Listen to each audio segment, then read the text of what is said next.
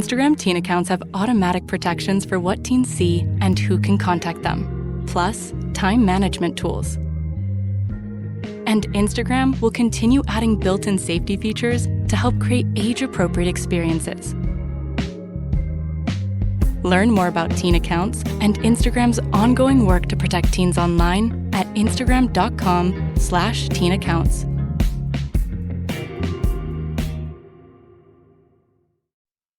Hi, it's Nikki. Hi, it's Andy. Thanks for tuning in again to Backlisted. We've got another show today from our archive. This one was recorded in October 2017 and went out in the early weeks of November. And it's about the novel Alma Cogan by the late Gordon Byrne, the late and very great Gordon Byrne. It was recorded live at the Durham Book Festival with Ben Myers and Adele Stripe. And Nikki, I went back and listened to a bit of this in preparation for talking about it now. And I was really struck by, first of all, everybody sounds very young and hyped up because they're in front of an audience. Yeah, the tone of voice is quite a lot higher. Everyone seems to speak lower now. Have you noticed Yes, that? I have. I did think that. Or it was recorded on double speed. I'm not sure. Well, it's clearly the sheer adrenaline of talking to a small room full of people was enough. Anyway, it struck me, Alma Cogan is a novel that I read in the early 1990s. I absolutely loved it at the time. I like it a lot now. I was so pleased that we got to make that show. But I think in some ways it has dated, not in a way that would put you off reading it, I hasten to add, but in retrospect, it seems to be a novel that is very, very much of its moment, the late 80s, early 1990s. And if we were making the show again now, I think we would make it a bit differently. I think talking about the book in 2017, it was still within almost recent memory. Whereas now, going back to it in 2026, I'd want to say more about the social context and political context. But people can find that out for themselves. We're not going to do that. Just enjoy the trip back to 1991 or two via us in 2016. Brilliant. The book itself and now the recording itself are of their time. What we're doing is we're boats against the current, borne back ceaselessly into the past, if you will. Yeah, there's also other stuff we're doing because we're doing reruns because we paused our kind of new output on the main feed for a bit, but we are doing some classic books for the patrons, aren't we? We've done some really great stuff. I've just done a recording, in fact, of Three Men in a Boat. We have. On the Backlisted Readers thing. We've just done a show on Three Men in a Boat by Jerome, which was so much fun. And we did our backlisted Posh Bingo Booker Prize winners first show, didn't we? What was that? Yeah, that was great. That was on the first ever Booker Prize winner, Something to Answer For by P.H. Newby. And at the end of it, you drew out of a hat, you drew out what the next book is going to be, which is a real backlisted favourite, isn't it? Yes, the next book we'll be talking about on that exclusively on our Patreon with, between the three of us and all our lovely supporters, is Penelope Fitzgerald's Offshore. And Nikki, you were looking at the switchboard, as it were, when that title came out of the hat. What happened? Oh. I mean, they all went, the patrons on the chat, they were lots and lots of positive thumbs up and smiles. Good. Smiley faces all round. Yeah. So we're looking forward to that. So if you'd like to join us for those, it's a live show, but it'll also be on demand. Come to patreon.com / backlisted. And now on with the show. Enjoy Alma Cogan.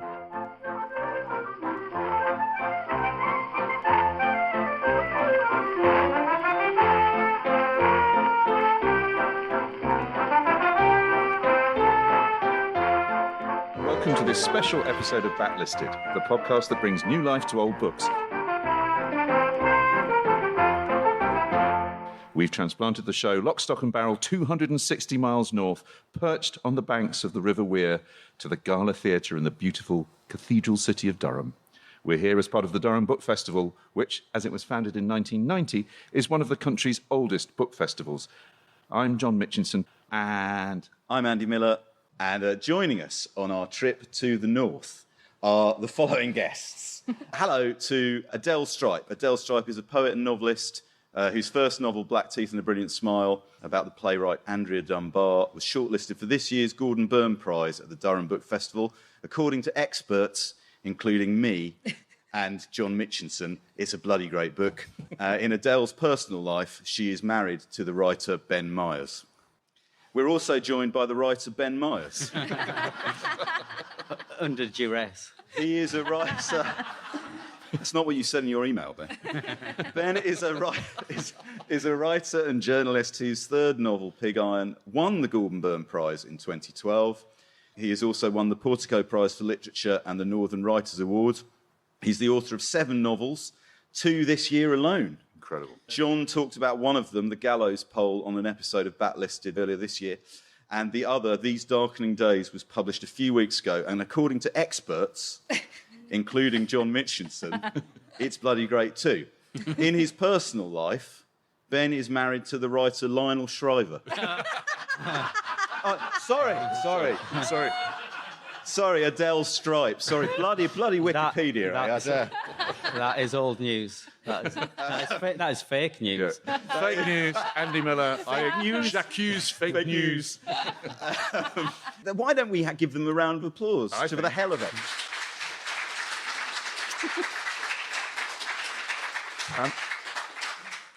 Yes, these Darkening Days I reviewed elsewhere, somewhere other than this podcast. But I know Ben was happy with this, coined the phrase "Elroy in a flat cap," which I love that. Which is because it's a gritty thriller set in the north. The novel we're going to talk about today is Alma Cogan by Gordon Byrne, winner of the 1991 Whitbread Prize for fiction. Yeah. But before we get into Gordon Byrne. As is traditional on this podcast, yes. I look across the table and say to you, Andy, what have you been reading? Well, I've been reading this week. In fact, what I've been reading in the last couple of days, yesterday and today, is the Pevsner Buildings of England Guide to County Durham. If anyone doesn't know what the Pevsner Guides are, they were a wonderful series that was created in the early 1950s by Sir Nicholas Pevsner. And the County Durham volume, which is a guide to the architecture of the area, was one of the first ones that Pevsner wrote and one of the first ones that was published. It was published originally, I think, in 51 or 53. And these volumes of architectural guides are regularly updated. The Buildings of England series is now owned by Yale University Press, and they publish new editions every 10 to 15 years or so because, of course, buildings rise and fall. If we look out the window at the venue here, we can see buildings of some of the buildings that were presumably put up here in Durham in the 1980s. 60s being taken down. But I just want to read the opening of what Pevsner himself wrote about Durham, because he was passionate about this city. He says, and I should say this volume covers County Durham. The section on the city itself is 100 pages long. I mean, it's a book within a book. And he wrote, Durham is one of the great experiences of Europe to the eyes of those who appreciate architecture and to the minds of those who understand architecture.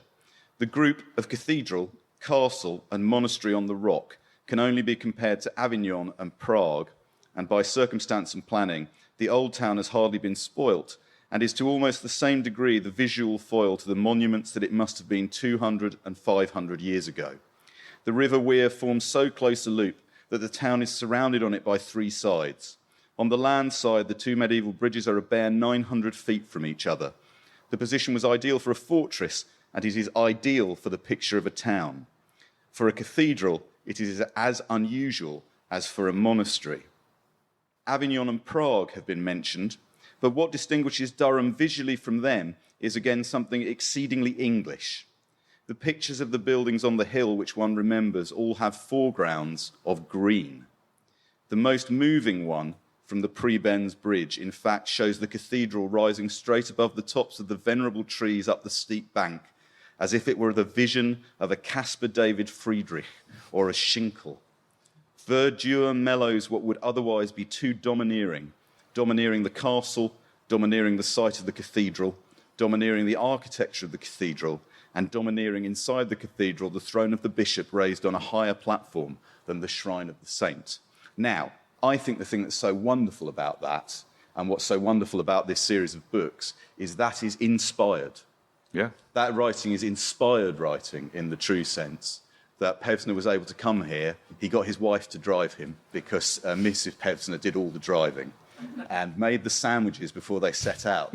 So she'd drive him around all day, and then he would stay up until 2 a.m. typing in their bed and breakfast. And then she'd make sandwiches in the kitchen the next morning, and they'd set off again. And out of that industry and her sacrifice came this brilliant series of important, wonderful, beautiful books. It's one of those glorious things that, I mean, which are not unique to this country, but I've put Pevsner alongside the Oxford English Dictionary and the Ordnance Survey. It's just this sort of desire to kind of, to sort of this taxonomic desire to pin things down and to create these incredible reference books. But when my former life as a reference publisher, Pevsner was always the standard bearer, because what you want is reference books that are written by people, real people who've got engagement with what they're doing, not sort of faceless panels of American academics, which a lot of reference books have become. But his voice shines through all of the... And my story about that particular book is when I grew up in the Northeast, and then we emigrated to New Zealand when I was quite young. And when I was about 15, in a second-hand bookshop in Auckland in New Zealand, I found a copy of Pevsner's Durham.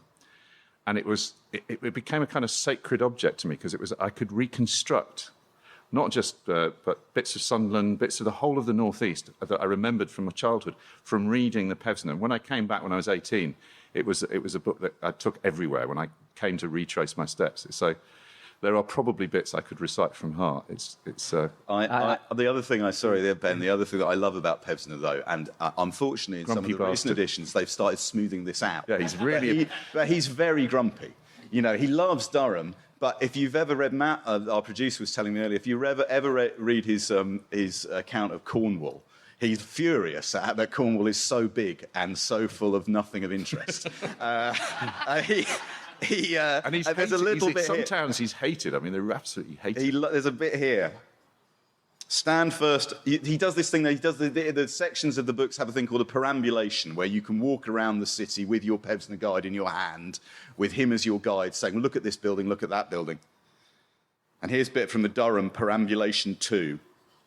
Stand first on Framwellgate Bridge and look south to the incomparable view of the River Gorge, with only castle and cathedral above the trees, and the Prebends Bridge closing the vista at the bend of the river. Then look north at the disappointing jumble of Relief Road Bridge, banal yet self-assertive 1960s office block, and 1940 ice rink. And I think the 1940 ice rink has gone. I was looking for it yesterday. It's not there anymore. So even that, you know, the nostalgia for the things that he didn't like, when you pick these up now, you think, oh, that's a shame. That carbuncle is no longer there. Well, I grew up in Durham as well, and I haven't read any of that. But it's interesting that he talks about these banks of greenery and that sort of evoke Caspar David Friedrich. I know exactly what he means. There are these big ivy-covered banks. And when I was 15 or 16, me and my friends, we didn't see the kind of aesthetic artistry beauty of it. We saw it as an opportunity to climb up. And halfway up, about 100 feet up, there's a little ledge where we're able to sit and drink underage every Friday night, out of the way of, you know, the risk of getting beaten up by the toughs from the villagers. So the very banks he's describing, we used to climb up, and then we'd carry a bag full of our empties, hang it from a branch from the... He hasn't described that. This is the Pevsner guide. Yeah. It's very Gordon Byrne, though. I love that juxtaposition. I must also say, before I ask you, John, what you've been reading, I've got one I have been reading this morning. I was very fortunate. I was approached. I did a talk here at the Durham Festival yesterday called Author Confidential. I talked very amusing it was. Thank you, John. And I talked a bit about my mum's favourite author. My mum's favourite author is the novelist Alan Titchmarsh. And my mum will never hear this, so it's fine. And so I was saying how whenever I write a book, she reads it and then says, "Well, it's all right, Andrew, but when will you write something more like Alan Titchmarsh?" And so I was out and about yesterday, and a gentleman called Lee, who is here in the audience, hello, Lee, approached me in the street and said, "I really enjoyed the event. I've got something for you." And he's bought me a copy of the novel Mr. McGregor by Alan Titchmarsh. So I've started reading it, Lee. I've started reading it. It's no good. You've made a bad thing worse with my mark. But anyway, John, what have you been reading? I've been reading The Buried Giant by Kazuo Ishiguro. The reason I've been reading it is I started it and I didn't finish it, and then he won the Nobel Prize. And like a lot of people, I was pretty confident that Margaret Atwood was going to win, which would have been a very, very good thing. But if Margaret Atwood wasn't going to win it, then I hadn't really thought about Ishiguro, but it made me think how many Ishiguro books I had read and loved, and how I think he has done something almost unique in writing in kind of writing in a different genre for each book. He's the publisher's worst nightmare. He writes a completely different book each time. You know, you have the kind of Downton Abbey of the butler in the famous one, which The Remains of the Day. And you got the famous one, Never Let Me Go, which is sort of sci-fi. But Buried Giant is, and I have to say, I think it's a really very fine book, and I was amazed by it. I've actually finished reading it this morning, and was very, very moved by the ending. I mean, it has a sort of weirdly appropriate feel to Durham. I don't know. I don't know if you know the book is set in a kind of imaginary England in the first millennium, between the departure of the Romans and the kind of the Saxons are just beginning to arrive, but there are still ogres kind of on the edges of villages, and life is hard. And it turns out that the main character, an old man called Axel, and his wife Beatrice wake up one morning with this strange presentiment that they need to go on a journey, and they don't quite know why. And it turns out the book is quite long. I mean, as everything Ishiguro does, it's exquisitely written.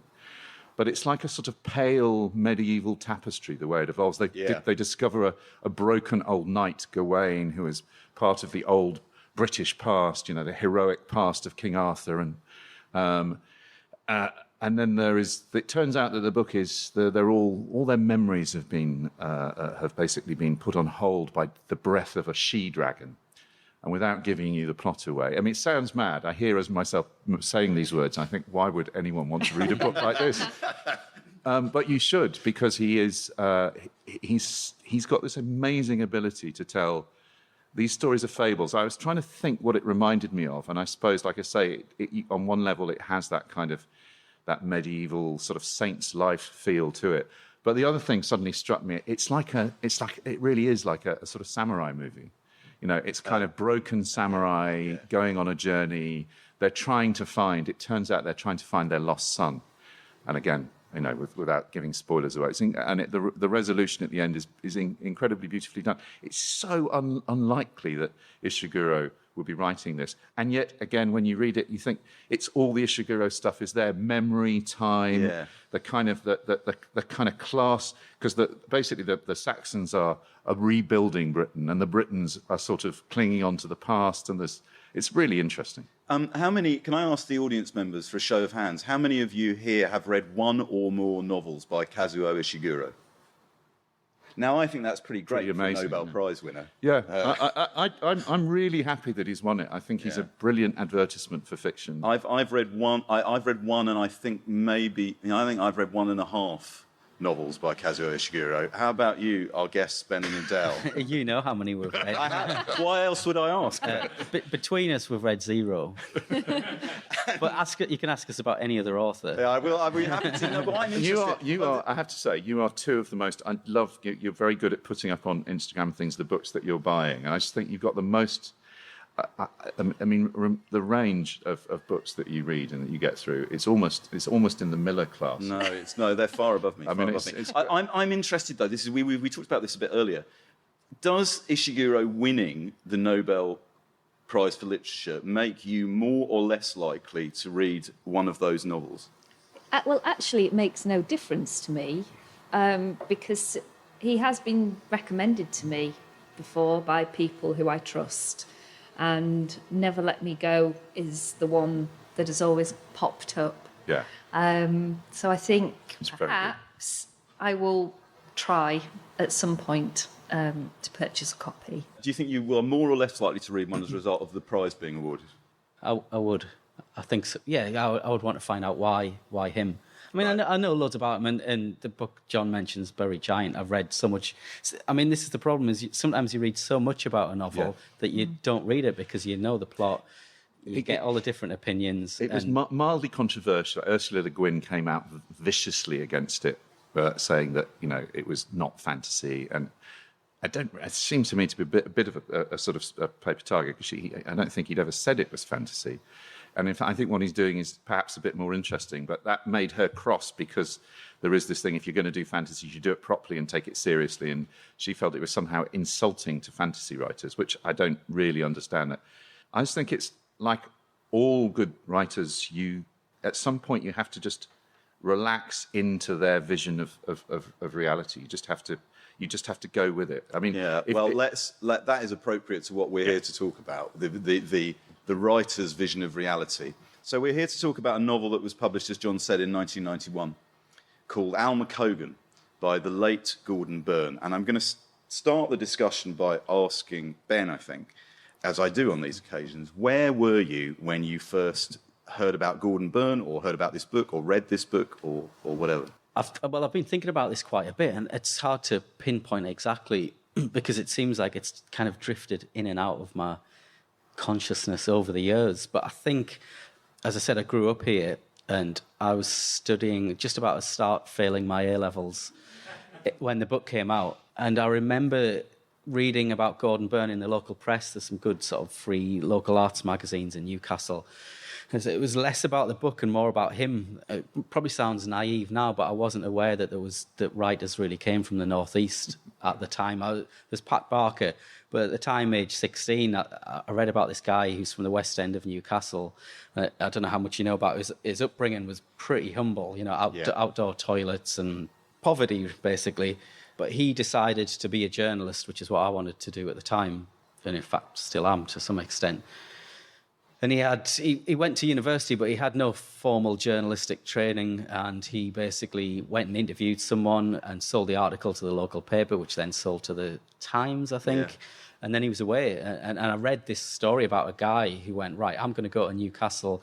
And he didn't smooth off his Geordie edge. I think he used it to his advantage, his sort of confidence and his brashness and his sort of bullshit detector, I suppose.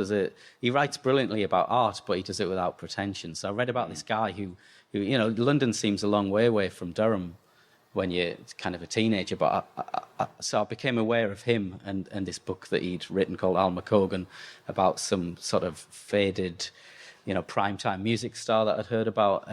But I actually only properly read it about 10 years ago. I wrote a novel called Richard about the disappearance of Richie Edwards from the Manic Street Preachers. So it was a novel about a real person. But I remember about Alma Cogan, it was just a book that feels haunted all the way through.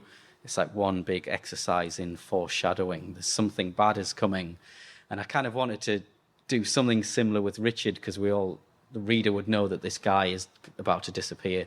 So I've read it about 3 or 4 times over the years, and it just seems to have been there since I was about 16. Adele, can you remember when you first read the novel? It was probably, Ben gave me it when we were living in Nunhead. So I think that was probably about 10 years ago. But I first came across Gordon Byrne when I was living in a rat hole in Leeds, a back-to-back. And I heard about On the Way to Work, which was his book that he wrote with Damien Hirst. Yeah. And I was interested in that book because it was interviews with Damien, but Damien was talking about his life in Leeds quite extensively in that book. And there is a picture of Damien in there, and he'd been into the Leeds mortuary, and there's a dead guy's head that Damien has pushed his face up against, and he's about 16 years old, and he's dossing about with the corpses, and it's awful. It's awful, but it's also quite funny. So that was where I first came across Gordon Byrne, was that book. It's another upbeat episode of Bangs. Death memory. memory. I mean, it's worth saying that this is a novel, but we should explain a little bit.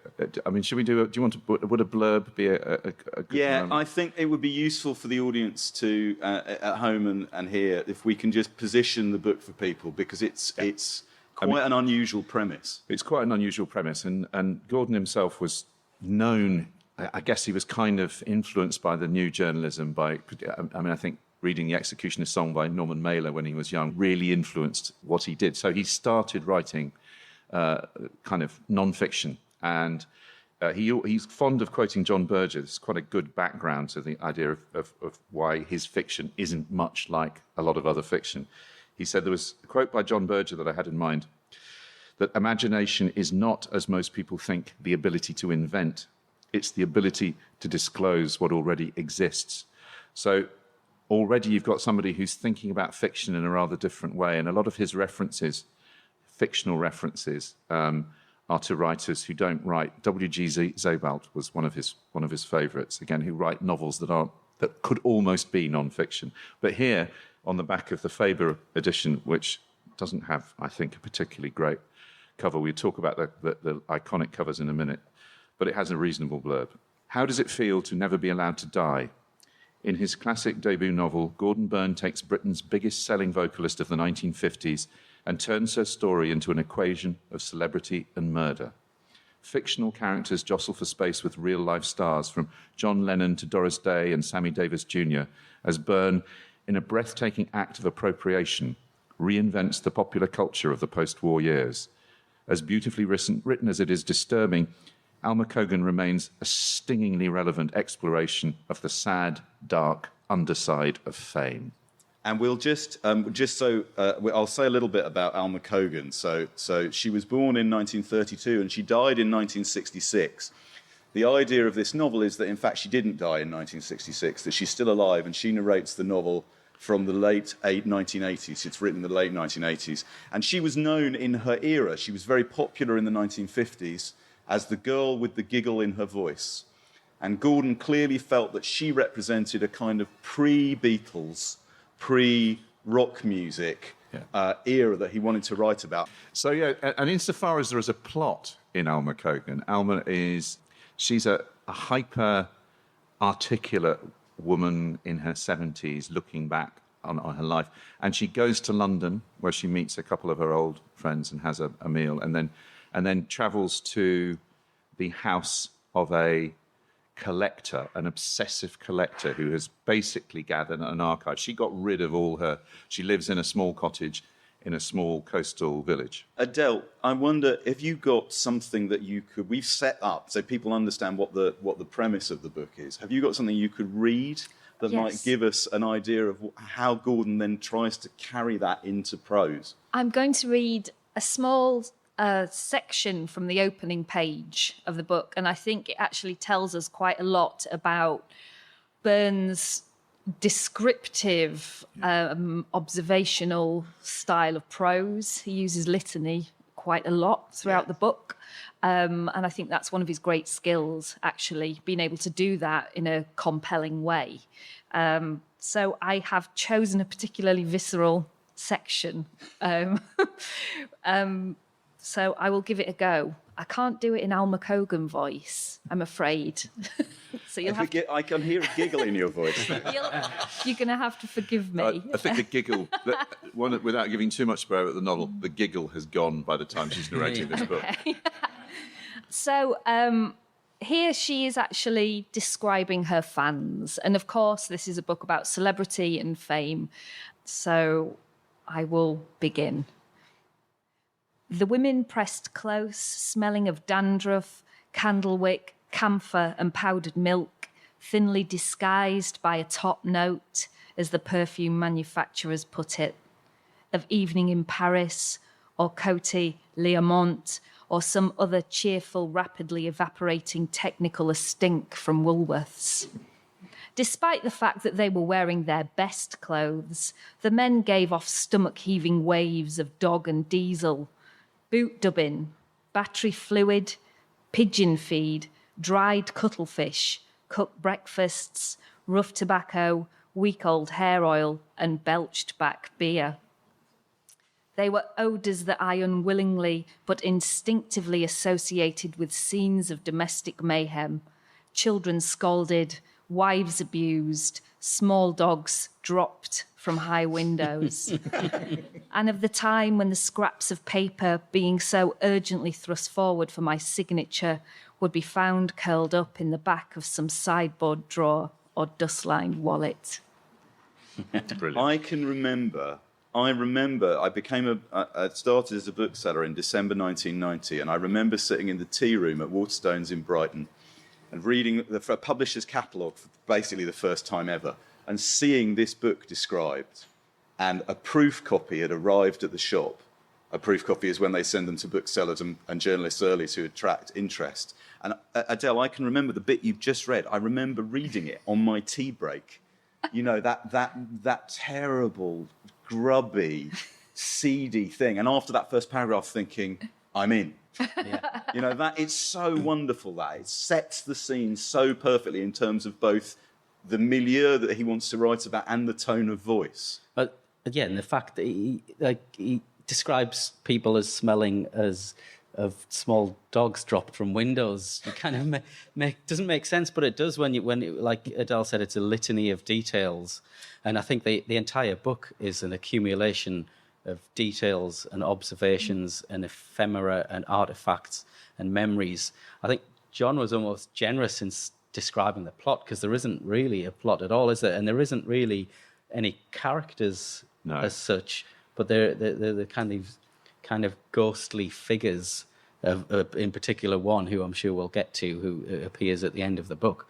But it's a book that every time I read it, I get a bit more from it each time. But primarily it seems to be about fame and celebrity, which is something that Byrne was actually ahead of his time in discussing, really, because celebrity now is a word that has come to take on a new, or to take on no meaning at all, really. And I think he was fascinated with the idea of fame. I mean, it's described, on the edition I've got is the American edition, and it's described as a dream memoir, but I would describe it more as a nightmare biography, or a haunted portrait, perhaps. Yeah, I think the obsession with celebrity, which kind of he wrote brilliantly about, both, I mean, the celebrity on one hand of famous sports people. One of his early books was a brilliant, inserted himself into the world of professional snooker, a book called Pocket Money, but also of people who commit crimes. He famously, obviously, wrote the definitive book on Peter Sutcliffe, and again, Happy Like Murderers on the Wests. Really, really difficult books to read, but brilliant because of the way that he did his research. He was interested in the fact that he says something about celebrity, which I think is quite. He says celebrity is a thin, weightless thing, and mostly exists as a series of electronically generated pulses and pixels. Often it is literally without foundation or substance. It is an inevitable fallout of the galloping and still ongoing process which has seen the electronic society of the image, the daily bath we all take in the media, replace the real community of the crowd. And this idea of community, he said, communities where nobody used the word community, but everybody was part of one. The kind of it's more than just the North-South divide. It's about a moment in history, I think, where things change, and that from Alma Cogan to the Beatles, and we'll talk about some of his other books in that connection. He strikes. I've read this book again this week. I hadn't read it, so it's the first time I've read it since 1991. So I was 23 when I read it. I'm 49 now. So a significant gap of time and life have occurred to me in the intervening period. And it's exactly the same for me. I was also a bookseller. I also read it, and weirdly, I'm amazed how little of it I remembered. I remembered the. We'll talk about the big reveal at the end. One of the differences is because Gordon sadly is no longer with us, and you can see his work as a whole, which you couldn't then. It struck me coming back to it and having read some of his other books in the interim. He was a journalist whose work in both fiction and non-fiction, and sort of sliding backwards and forwards between the two, journalism is often his subject. The relation of journalists and the things that British journalism is obsessed with: celebrity, true crime, sport, news. And then into that pot, you also focus, it strikes me, Ben, something you've written about. There's two other things going on, and they are art, because he was a brilliant writer about art and knew a great deal about art, and the North. Yeah. He's a great, as you said, northern writer. So you've got this interesting stew of all these things that you tend to find in various mixtures in each of his books, whether it's a novel or whether it's non-fiction or whether it's something in between. Yeah, and I think some of it predates the sort of current obsession that we have now with, particularly with fame and celebrity. There's a great quote that he has Alma Cogan say very early on in the book, which applies like today more than ever. She says, to be famous is to be alone, but without feeling lonely. And I think that's what a lot of, the Big Brother era of celebrity, I think that's what a lot of people crave. They want the adoration of fame and celebrity so that they feel less alone. I mark that passage too, because it always reminds me of one of the bits of the Beatles anthology that stuck in my mind. I can't remember which one of it said, when they would be booked into the whole floor of a hotel when they were touring, and they'd always end up in one or other of the bathrooms, laughing and drinking. And it's just that sort of weird sense of the idea that, four friends would want to have this vast kind of space to themselves. It's completely misunderstood, the notion, but that thing of being fame, being alone but not being lonely. It's really, it's key to this book, I think. TaxAct filing software and live tax experts can help small businesses easily knock out their taxes. Actually, our experts can help you find deductions and credits for any sized business. Itty-bitty businesses, medium-sized, really big, mid-sized, small businesses, companies with 0 employees, and mom-and-pop conglomerates. Yep, our tax experts can help all of them. TaxAct. Let's get them over with. Next up, a laughing session from The Laughing Cow. Now, unpeel a wedge of the Laughing Cow light spreadable cheese, a delicious snack with 2 grams of protein and 25 calories per wedge. Adele, did you think that, how do you feel the book stands up as a book about celebrity written before the internet? Well, Michael Hurd describes it as a ruthless antidote to nostalgia. And I think that's right. Brilliant. Because there is always this kind of worry when writing about the past that we try and look at it through the rose-tinted glasses and see it in a different way. She is kind of aware of her own celebrity and fame, but she's walked away from it. And she's now when she is speaking in the book, she's reflecting upon it and trying to piece together her past as a celebrity. So she's living quite an isolated existence. Yeah. She's living in a cottage surrounded by other people's things. Yeah. And it's quite strange, like, how has she ended up there? What happened to her? Did she lose all of her money? It leaves you with all of these questions about this character of Alma Cogan. But then there are sections in the book where she is it's quite clever. And I kind of describe it as a Russian doll effect. So she goes to the Tate Gallery and she looks at the portrait that Peter Blake has made of her. Brilliant. And there is a catalogue, an official, it looks like an official Tate catalogue listing of the Peter Blake Alma Cogan portrait. And he's written it in a style that is, you would think that actually existed, but it's a fiction. But that is a biography within a memoir, because it's kind of a fictional memoir, really, Alma Cogan. So it's really clever how he does it. Well, we've got a clip here of Gordon talking about why he wanted to write about Alma Cogan specifically and what Alma Cogan represented to him in terms of the subjects that he returned to write about. So if we could hear that now. Popular culture, as we now know it, but we didn't know it 35 years ago, is newness, sexiness, newness. The two are interchangeable. So television coming into people's homes and British post-war homes obviously was the most exciting thing that had happened probably since the war. And in a way, it seemed like her only life, was in front of a theatre audience or a television camera. And in a way, when her celebrity was taken away from her in the early 60s, after the Beatles and the Liverpool stuff all happened, she almost stopped living in a fairly kind of essential way. You know, something about her life had kind of seeped out of her. And that being robbed of the television camera and being robbed of large audiences somehow robbed her of a part of herself that she felt she needed to go on existing as this media person. You know, and she died when she was very young, 34. People feel that their own small lives are in some way compensated for by these large lives. That's the role that celebrities play in post-war life.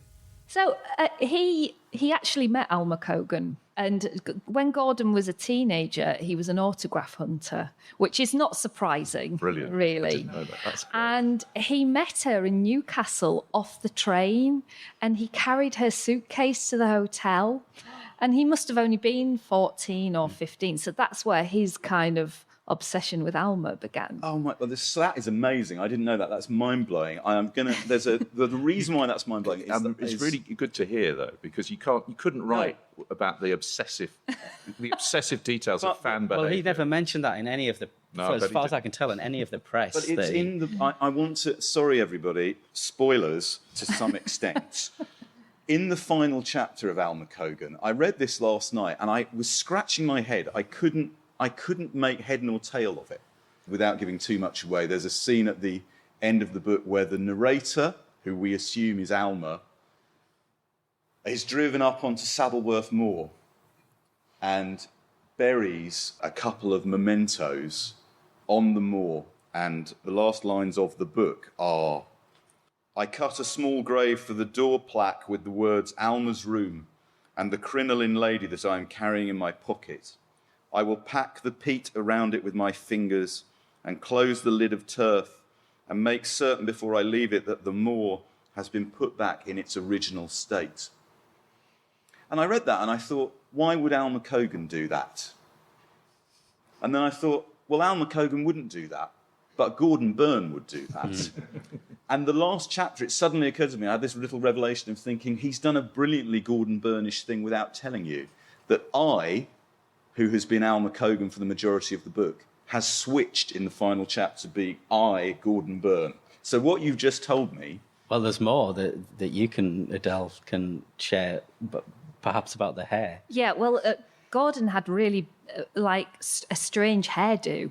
So he was bald, but he had this skullet thing going on where it was really long at the back. Should we explain what a skullet is for anyone? Yeah, well, a skullet is a mullet, but the skull's showing. Yeah,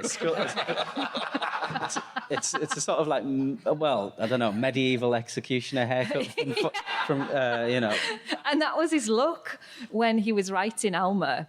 And apparently he grew his hair out, and because he was channeling Alma's hair, and he used to comb it out in the morning, and that was the look for writing the book. But there's a piece at the time for his second book, The Guardian did a big profile, and they describe him turning up for the interview, and he's wearing sort of beige trousers, which they're described as looking as if he'd made them himself, and he'd grown his skullet out into kind of oily ringlets. Yeah. And this was and this is a guy with a very keen artistic eye, turned up, and I think maybe slippers or something, or some awful slip-on shoes. And this is for his and a couple of carrier bags full of booze. Mac. Yeah. And this is a journalist who's turning up for probably his first major profile. Brilliant. So I think that just sort of shed some light. I mean, maybe he was doing a kind of stars in their eyes. Alma Cogan in the entire book was, as you said, Andy, channeling. Go on. I was just going to say he was that thing. I'd met Gordon, several times, and always liked him. But I liked him because he was completely uncompromising, and you never quite knew what you were going to get from him. He could be incredibly friendly, or he could be fantastically blunt. A couple of things he said to me were kind of blood-curdlingly to the point. But you can't. No, I can't really. No. Excellent. But press your red button now. In the bar afterwards. The thing is, for a lot of people, I think, for anybody who had any background in the North, he had this talismanic quality because he wrote. When he wrote the Sutcliffe book, he lived for 3 years, and he went out drinking with Sutcliffe's brothers most evenings. The degree of immersion that he got into to write that book, which is still... It's called Somebody's Husband, Somebody's Son. And it puts it's him on the still map a as sort of I mean, it's still a classic in Insofar its as own you right. call- It's impeccably Yeah. written. I just kind of think it's one of the definitive books on Sutcliffe. I've read many of them. I still go back to Gordon Byrne. I think he nails West Yorkshire and the community and the culture and the life that Sutcliffe had, the family life that he had, because Gordon Byrne kind of understood that world. He was accepted in Bingley. He wasn't seen as an outsider whilst he was living there. He wasn't. I don't think to the Sutcliffe family he was a writer or journalist poking about. He was a guy who was drinking with them, who was probably going to write something.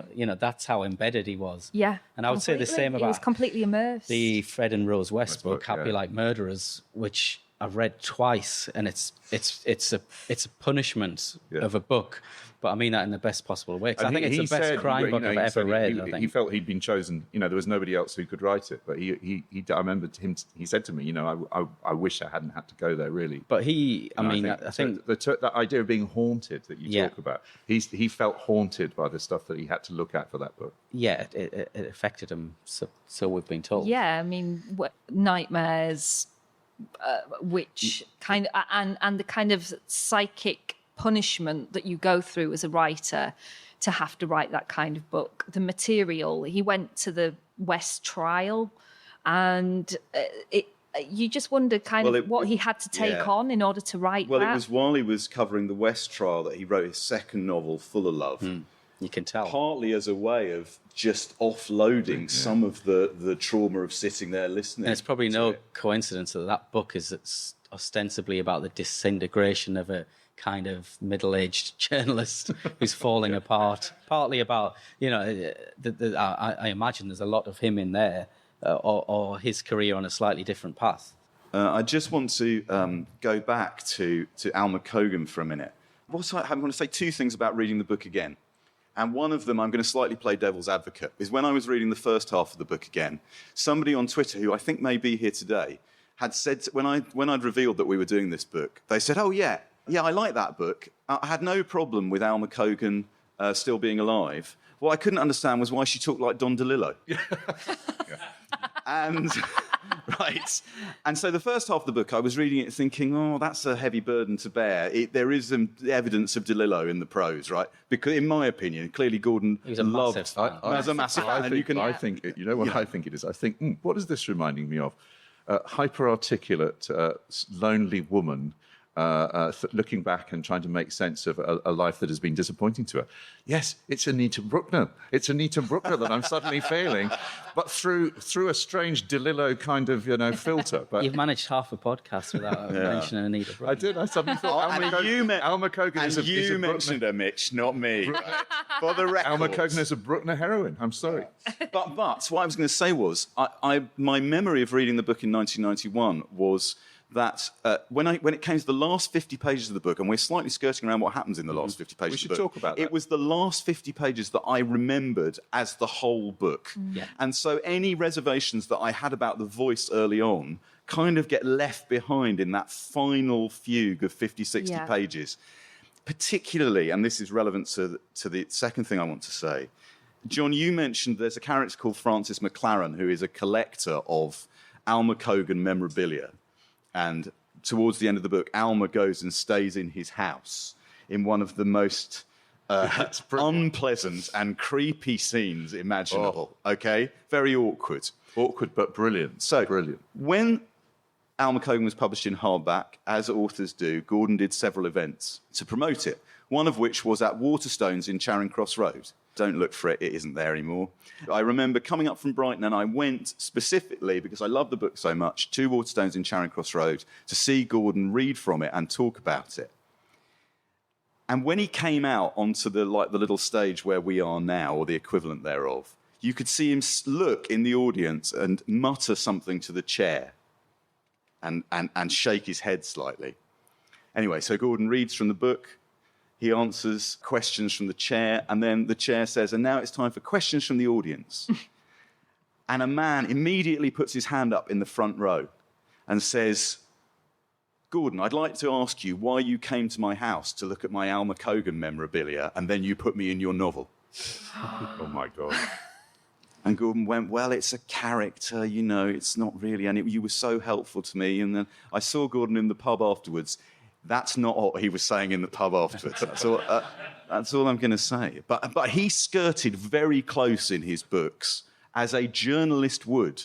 And this is one of the things I want to talk to you about, Ben, as a journalist would, in terms of his relationship with characters who he then fictionalised or didn't fictionalise. Yeah, I think Gordon Byrne showed that you can merge the two. I mean, again, perhaps he was ahead of his time because there's so much discussion now about truth in journalism and factual accuracy. And I believe it's all storytelling. Journalism is storytelling, and so is fiction. And I think you can use fiction to tell. I mean, this is probably better than any biography you would read about Alma Cogan. Because Caused huge. It's probably quite caused a lot factually accurate. Alma Cogan's sister is extremely kind of upset by it. the problem is that, yeah, if you adopt the approach that he did, they're often victims, I guess, or people who maybe don't appreciate the artistic intent of a book like this. I mean, there's no point in skirting around it. The central kind of collision in the book is that the reveal is that when Ian Brady and Myra Henley were torturing Leslie Ann Downey, the song that was playing in the background was Alma Cogan singing The Little Drummer Boy. But actually, it wasn't. It wasn't. It was the Ray Conniff singers. It was the Ray Conniff because I singers. had to check. That's right, and that's in the book as well. Yeah. But she had to check. In the character Yeah. in the book, the quest is to find that is to find that out. And obviously, so what he's doing is Gordon's bringing together the two things that really interest him: celebrity, and the celebrity of famous people, and the seedy underbelly. I mean, the book is the point is, it's not that things all went to hell in a handcart in the 60s. It's that in the 50s, although it looked like The Girl with the Giggle and the Voice, and it all looked, but there's terrible scenes of sort of sex on buses, and that kind of 1950s TV entertainment was every bit, possibly even more seedy and degenerate than anything that came after it. And it's just that she can't make the transition. She is as a sort of a fictional character, because she is a fictional character, you know, being sort of consumed by the audiences. So that bringing that together is what gives the book its kind of power. And it's no doubt what, you know, that's why the original cover, which has got a picture of Alma Cogan and the iconic picture of Myra Hindley. And I read it. You have a theory about Alma and Myra, why he used them. The thing that I take from the book is that really it's about two sides of one woman. You know, the yin and yang of the human personality or female personality. So you've got someone who's very outwardly very wholesome and represents the good times of post-war Britain. And then you've got a woman who tortured and murdered children. And they've got powerful haircuts. They've got strong eye makeup. They're both icons of their time, but they both seem to me to represent the kind of two sides of one coin. One represented innocence, hope in the future, and Myra Hindley, as most people would probably admit, sort of represented the death of something in Britain, not just the literal death, but the death of innocence. You know, she, in the same way that Peter Sutcliffe has totally cast a shadow across Yorkshire and the north, the Moors murderers killed something in the psyche of the north of England. Gordon, the famous quote from Gordon is, almost everything I have written has been a bit about celebrity and how for most people celebrity is a kind of death. Yeah. And I mean, the thing is, we were talking about this. There is no way, I suspect, that a book would come out with this cover now. And yet the cover is so good for telling you what the book is about. The book is about how if you achieve a certain kind of notoriety, fame, celebrity, all different, slightly nuanced things, that plus the passage of time means your actual deeds will be forgotten, and you come to represent, as the pictures on this cover show, an almost Warhol-like flash frozen moment. And actually, who is the most famous of the two women on that cover? Is it Alma Cogan or is it Myra Hindley? And that probably tells us something about who we are and how history records, absolutely, you know, the perpetrators of crimes. There's something he said about novelists. He wrote another novel where we're talking about news and journalism, where he wrote the news as a novel, which is, I can't remember, was the year 2007, Born Yesterday. Which you talked to Born Yesterday, which is, again, another really original book. But in that book, he writes about Gordon Brown, for example. He writes about the McCanns. Anyway, this is what he said about novelists. Novelists, he says, the lucky ones, have the time and are or should be unaligned. They are able to make connections between the visible and the invisible world that maybe aren't immediately apparent. How the sight of a prime minister so clearly uncomfortable in his own skin, or the rolling story of two middle-class parents who've been named official suspects in the disappearance of their daughter, can breed a wider underlying unease, which finds its way into the dream life of those of us on the ground. And that just seemed to me, that idea of this seeping into our dream life, Yes, is sort of what great fiction does do to us. And I think, I'm not sure whether Alma Cogan is his best book, and I'm not sure whether even you might say it's a success for all the things he said. But it's like nothing else. I think that's the thing when you reread Gordon Byrne.